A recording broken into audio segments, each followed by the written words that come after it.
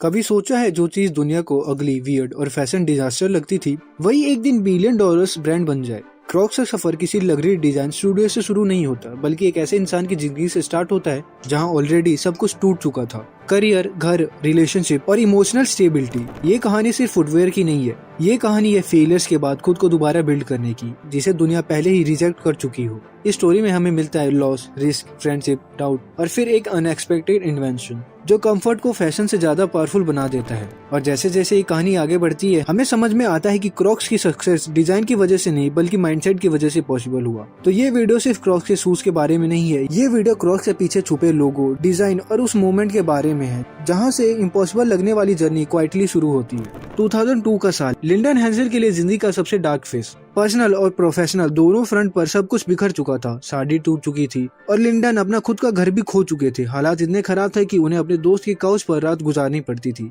Career की बात करें तो कंप्यूटर हार्डवेयर मार्केटिंग में जो स्टेबल जॉब थी वो भी हाथ से निकल चुकी थी। उसी दौर में उनकी माँ का कैंसर की वजह से देहांत हो गया। एक के बाद एक लॉस ने लिंडन को इमोशनली और मेंटली तोड़ दिया था। जिंदगी एक ऐसे पॉइंट पर आ चुकी थी जहां फ्यूचर बिल्कुल ब्लैंक लग रहा था। नो डायरेक्शन, नो स्टेबिलिटी, सिर्फ अनसर्टेनिटी। इस मुश्किल वक्त में जॉर्ज बोडेकर और स्कॉट सीमंस लिंडन के साथ खड़े रहे। दोनों लिंडन हैंसन को काफी सालों से जानते थे और समझते थे कि इस मोमेंट पर उसे सबसे ज्यादा मेंटल स्पेस और क्लियरिटी की जरूरत है। इसी सोच के साथ उन्होंने एक सेलिंग ट्रिप प्लान की, कैरिबियन के खुले समंदर के बीच, जहाँ शहरों का शोर नहीं था, डेडलाइन का प्रेशर नहीं था, सिर्फ हवा, पानी और थोड़ा सा सुकून। ये ट्रिप सिर्फ वेकेशन नहीं थी बल्कि एक इमोशनल रीसेट थी। एक मौका था लिंडन के लिए अपना दिमाग क्लियर करने का। स्कॉट सीमन खुद एक काफी एक्सपीरियंस सक्सेसफुल इन्वेस्टर थे। सालों तक उन्होंने डिफरेंट प्रोडक्ट्स डेवलप किए थे, उनके पेटेंट फाइल्स थे और इनोवेशन वर्ल्ड को बहुत करीब से देखा था। 48 साल की एज तक आते आते वो सेमी रिटायर्ड हो चुके थे, फाइनेंशियली सिक्योर, मेंटली शार्प और नए आइडिया को पहचानने का एक अलग ही नजर के साथ। इस सेलिंग ट्रिप के दौरान एक दिन स्कॉट सीमंस ने कैजुअली लिंडन और जॉर्ज से एक सिंपल सवाल पूछा, क्या तुमने कभी एक क्लॉक्स देखा है?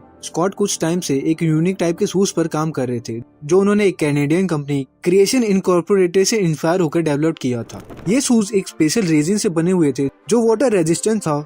डिजाइन सिंपल था, ऑलमोस्ट रॉ, बट मटेरियल और कंफर्ट में एक अलग ही फील था। स्कॉट इस प्रोडक्ट के लिए यूएस मार्केट में इन्वेस्टर और डिस्ट्रीब्यूटर्स ढूंढ रहे थे, लेकिन रिस्पांस ज्यादा एनकरेजिंग नहीं था। लोग शूज को देखकर स्केप्टिकल हो जाते थे। डिजाइन उनके लिए टू वियर्ड लग रहा था। सबको कंफर्ट और मटेरियल इंटरेस्टिंग लगता था, पर अपीयरेंस ही वो बैरियर बन रहा था जो डील को क्लोज होने नहीं दे रहा था। इसी पॉइंट पर लिंडन और जॉर्ज बोडेकर ने एक बोल्ड डिसीजन लिया। अगर बाहर से कोई इस आइडिया पर बिलीव नहीं कर रहा है तो वो खुद स्कॉट के साथ बिजनेस में उतरेंगे। तीनों ने मिलकर कंपनी की शुरुआत की और फुटवियर के लिए एक ऐसा नाम चुना जो उनके नेचर को परफेक्टली रिप्रेजेंट करता था, क्रॉक्स। ये नाम क्रोकोडाइल से इंस्पायर हुआ था, क्योंकि जैसे क्रोकोडाइल पानी और जमीन दोनों पर इजीली सर्वाइव करता है, वैसे ही ये शूज लैंड और वाटर दोनों सरफेस के लिए परफेक्ट थे। नाम शॉर्ट था, कैची था और प्रोडक्ट की सोल को रिफ्लेक्ट करता था। स्ट्रॉन्ग, अडेप्टेबल और बिल्कुल डिफरेंट। जॉर्ज बोडेकर सिर्फ इस प्रोजेक्ट का हिस्सा ही नहीं थे बल्कि बचपन से ही एक नेचुरल एंटरप्रेन्योर रहे थे। टाइम के साथ उन्होंने अपने बिजनेस अंडरस्टैंडिंग को इतना स्ट्रॉन्ग बना लिया था कि वो डोमिनोज पिज्जा के 100 से ज्यादा फ्रेंचाइजीज के ऑनर बन चुके थे और साथ ही सैंडविच चैन क्यूजनोज में एग्जीक्यूटिव रोल भी संभाल चुके थे। ये एक्सपीरियंस सिर्फ नंबर तक लिमिट नहीं था बल्कि सिस्टम, स्केलिंग और ब्रांड बिल्डिंग के रियल वर्ल्ड अंडरस्टैंडिंग से भरा हुआ था। इसी वजह से जब स्कॉट, लिंडन और जॉर्ज एक साथ आए तो ये सिर्फ दोस्ती के डिसीजन नहीं था, ये तीनों का सॉलिड बिजनेस एक्सपीरियंस का रिजल्ट था जो आगे चलकर क्रॉक्स को एक एक्सपेरिमेंट से ग्लोबल ब्रांड बनाने वाला था। टीम के रोल क्लियर हो चुके थे। लिंडन हैंसन डिस्ट्रीब्यूशन प्लान पर फोकस कर रहे थे, स्कॉट सीमंस प्रोडक्ट को इम्प्रूव करने में लगे थे और जॉर्ज बोडेकर इनिशियल इन्वेस्टमेंट करके आइडिया को ग्राउंड पर उतारने का रास्ता बनाया। 2002 में तीनों ने एक बोल्डर में एक छोटा सा ऑफिस सेटअप किया और सप्लायर को फर्स्ट ऑर्डर प्लेस किया। रिटेल्स का वेट करने के बजाय क्रॉक्स को सीधा एक बोर्ड शो में लॉन्च किया गया, जहां सिर्फ एक दिन में अराउंड 200 पेयर सेल हो गए। ये मूवमेंट उनके लिए प्रूफ था कि डिजाइन चाहे ऑकवर्ड हो लेकिन कंफर्ट लोग खुद महसूस कर लेते हैं। यहीं से क्रॉक्स का रियल जर्नी क्वाइटली शुरू हो चुका था। बोर्ड शो का रिस्पांस देखकर तीनों जेन्युइनली सरप्राइज भी हो चुके थे और एक्साइटेड भी। उन्हें समझ आ गया था कि ये शूज सिर्फ बोटिंग तक लिमिट नहीं रहने वाले। यहीं से उनकी थिंकिंग वाइडन हुई। यह footwear hospitals, kitchen, home, restaurant जैसे एनवायरनमेंट के लिए भी आइडल हो सकते हैं, जहां लोग को लॉन्ग आवर खड़े रहना होता है। फ्लोर्स अक्सर वेट या स्लिपरी होते हैं। कंफर्ट, ग्रिप और इजी मेंटेनेंस जैसे फैक्टर सडनली रेलेवेंट लगने लगे। इसी रियलाइजेशन के बाद क्रॉक्स ने मेडिकल कम्युनिटी में ऑलमोस्ट एक स्टॉर्म क्रिएट कर दिया। नर्स के बीच ये शूज रैपिडली पॉपुलर होने लगे क्योंकि ये इजीली स्टेरिलाइज हो जाते थे और वेट फ्लोर पर भी एक्सीलेंट ट्रांजिशन प्रोवाइड करते थे। लॉन्ग शिफ्ट के बाद भी पैरों पर प्रेशर कम फील होता था, जो मेडिकल प्रोफेशनल के लिए एक गेम चेंजर था।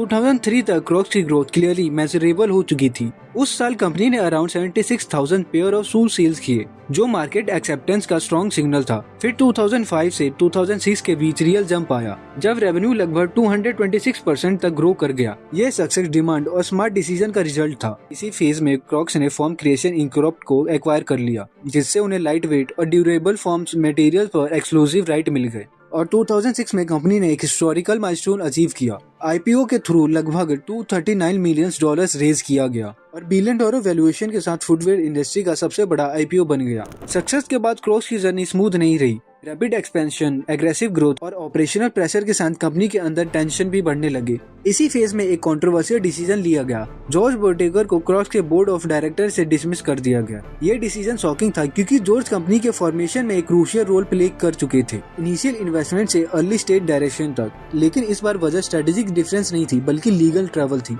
जॉर्ज एक लीगल केस में फंस गए थे, जो कंपनी की पब्लिक इमेज और इन्वेस्टर कॉन्फिडेंस के लिए रिस्क बन सकता था। एक पब्लिक कंपनी होने के बाद क्रॉक्स के लिए गवर्नेंस और कॉम्प्लायंस टॉप प्रायोरिटी बन चुकी थी। इसी वजह से बोर्ड ने ये हार्ड कॉल लिया। जॉर्ज की एग्जिट के बाद लीडरशिप में एक नया फेस आया, Ron Snyder. Ron Snyder Hanson के क्लोज फ्रेंड थे। रॉन की लीडरशिप में कंपनी ने सिर्फ कंफर्ट फूड पर फोकस करने के बजाय अपना पोर्टफोलियो एग्रेसिवली एक्सपेंड किया। जो ब्रांड शुरुआत में सिर्फ 2 बेसिक मॉडल के साथ पहचाना जाता था, वही धीरे धीरे 250 से ज्यादा मॉडल तक पहुंच गया, डिफरेंट कलर, शेप्स और यूज केसेस के साथ। इसी एक्सपेंशन फेज में क्रॉक्स ने एक और स्मार्ट मूव चला। कंपनी ने लगभग $20 मिलियन में गिबिट्स को एक्वायर कर लिया। ये वही कंपनी थी जो क्रॉक्स के होल्स में लगाने वाले स्मॉल डेकोरेटिव एक्सेसरीज बनाती थी। इस एक्विजिशन ने क्रॉक्स को सिर्फ फुटवेयर ब्रांड नहीं रहने दिया, बल्कि सेल्फ एक्सप्रेशन का मीडियम बना दिया। कस्टमाइजेशन सडनली क्रॉक्स की आइडेंटिटी का हिस्सा बन गया और यहीं पर ब्रांड ने पॉप कल्चर के साथ अपना स्ट्रॉन्ग कनेक्शन बनाना शुरू किया। क्रॉक्स ने डिज्नी और एनबीए जैसे ग्लोबल जायंट के साथ लाइसेंसिंग डील साइन की।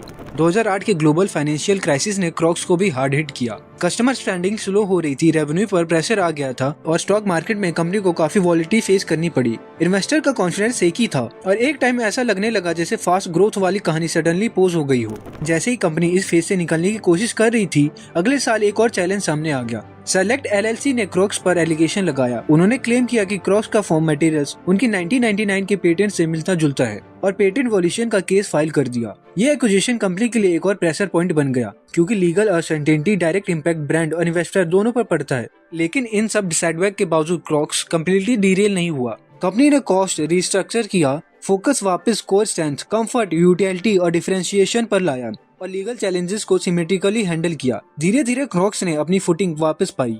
ये फेस क्लियरली दिखाता है क्रॉक्स की स्टोरी सिर्फ ओवरनाइट सक्सेस की नहीं है, बल्कि रेसिलेंस का भी है। जहां क्राइसिस, कंट्रोवर्सी और क्रिटिसिज्म के बाद भी ब्रांड खुद को रिनोवेट करके बाउंस बैक करना जानता था। टाइम के साथ क्रॉक्स ने एक और बोल्ड टर्न लिया, कल्चर और सेलिब्रिटी के साथ टाई अप करना। ब्रांड ने जस्टिन बीबर और पोस्ट मेलन जैसे ग्लोबल स्टार के साथ कोलैब किया, जहां क्रॉक्स सिर्फ फुटवेयर नहीं रहा, बल्कि पॉप कल्चर का स्टेटमेंट बन गया। हाई फैशन वर्ल्ड में भी एंट्री हुई जब क्रॉक्स ने बैलेंसियागा के साथ पार्टनरशिप की और जो शूज कभी अगली कहा जाता था, वही रनवे तक पहुंच गए। फिर आया पेंडेमिक का फेज, जो कई ब्रांड्स के लिए डिजास्टर था, लेकिन क्रॉक्स के लिए ये अनएक्सपेक्टेड बूम था। Work from home culture, comfort first mindset और कैजुअल लिविंग ने क्रॉक्स को सेंटर स्टेज पर ला दिया। रिजल्ट ये रहा कि कंपनी के स्टॉक लगभग 300% का सर्ज देखने को मिला। और एक बार फिर क्रॉक्स ने प्रूव कर दिया कि ये ब्रांड सिर्फ सर्वाइव ही नहीं करता, बल्कि अडेप्ट करके ग्रो करता है। आज भी कई लोग क्रॉक्स को एक पैसिव ब्रांड समझते हैं, एक फेज जो आया और चला जाएगा। लेकिन हिस्ट्री ये दिखाती है क्रॉक्स हर बार क्रिटिसिज्म, क्राइसिस और डाउट के बाद वापस आता है और भी स्ट्रॉन्ग बनकर।